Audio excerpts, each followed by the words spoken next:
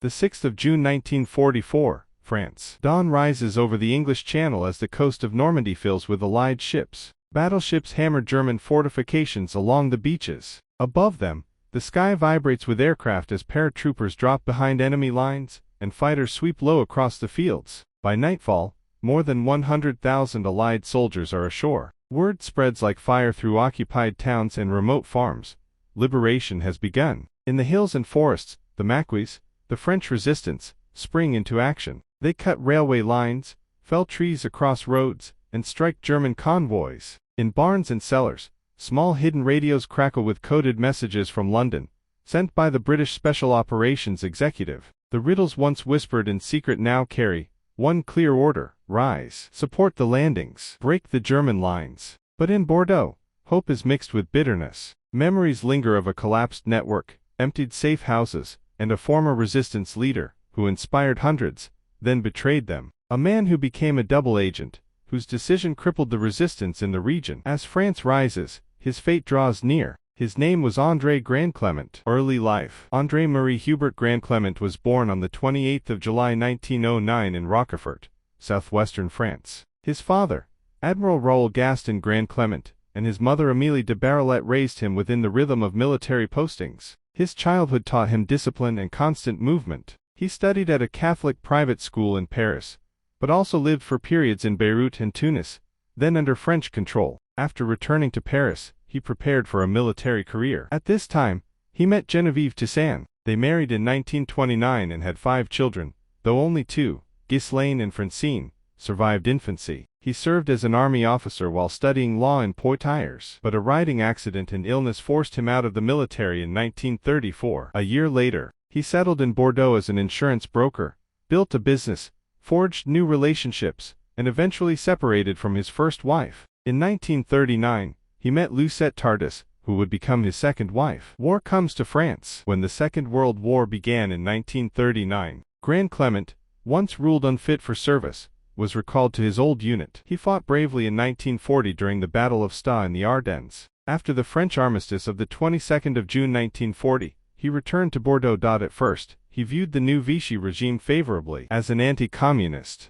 he admired its talk of national renewal under Marshal Philippe Pétain, but the realities of occupation and German domination soon changed his mind. With support from his father, he entered the resistance in 1941, though he remained cautious about working alongside its leftist and communist members. Rise in the resistance. In 1942, Grandclément joined the right-wing resistance group Organisation Civile et Militaire, OCM. Under the alias Bernard, he took command of the area stretching from Poitiers to Bayonne. He unified scattered cells, set up headquarters, created fighting teams, marked fields for nighttime supply drops, and opened training camps near Bordeaux. He organized escape routes toward neutral and allied countries, and established radio contact with London. His mission was clear: prepare men, hide arms, and wait for the day France would rise. On the 20th of January 1943, he married fellow resistance member Lucette Tardis. That same year he expanded cooperation with the British Special Operations Executive,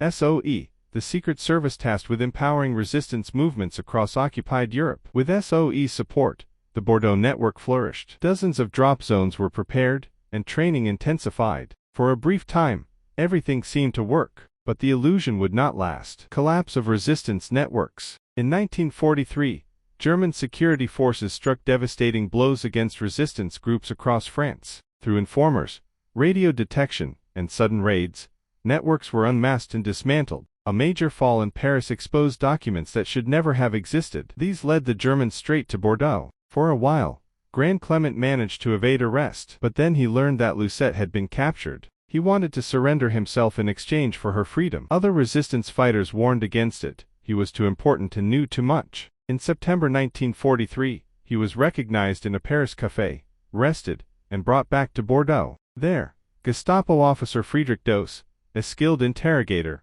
laid out everything already known about his network. Many names were compromised. Grandclément realized the Germans possessed more information than he imagined. Then came a surprising offer. The bargain. Doss recognized Grandclément's deep anti-communist convictions and proposed a deal: if the resistance handed over part of its weapons, and reduced the threat of armed uprising, then many captured prisoners would be released. Later, once the Germans withdrew, Those same men could form white resistance units to fight communists inside France. It was a proposal built on fear.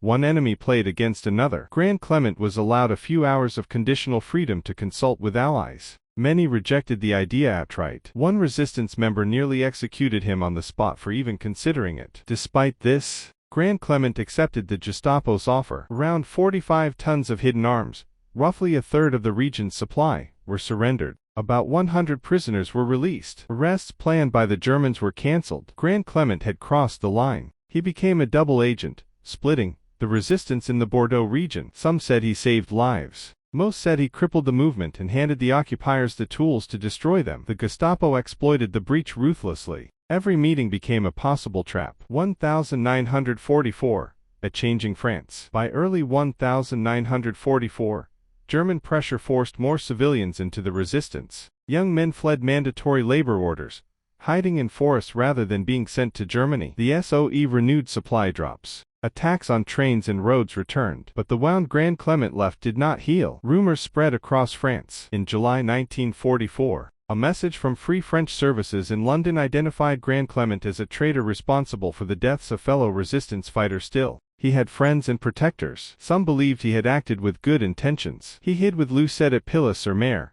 near the Atlantic coast. He wrote a long plea intended for General Charles de Gaulle, hoping to explain his actions. He also managed to slip away from Gestapo surveillance and search for a way to reach a British aircraft to fly him to London. Agents from a revived SOE network in Bordeaux contacted him, claiming they had orders to escort him to England so he could defend himself. It was a lie to secure his capture. He believed them. So did Lucette and his bodyguard, Marc Delict, who went with him. Final judgment. Instead of an airfield, they were taken to a hidden resistance camp. There, a brief tribunal was held. He defended himself, arguing that the pact saved many lives and redirected German fury away from his men and toward what he claimed was the true enemy, the communists, but his judges believed otherwise. They held him responsible for the loss of weapons, the collapse of networks, and the deaths of comrades. On the 27th of July 1944, the day before his 35th birthday, the resistance ordered his execution. The Nazi response revealed how valuable Grandclément had been to them. In early August 1944, they allegedly executed 50 prisoners in retaliation for his death. When he was killed,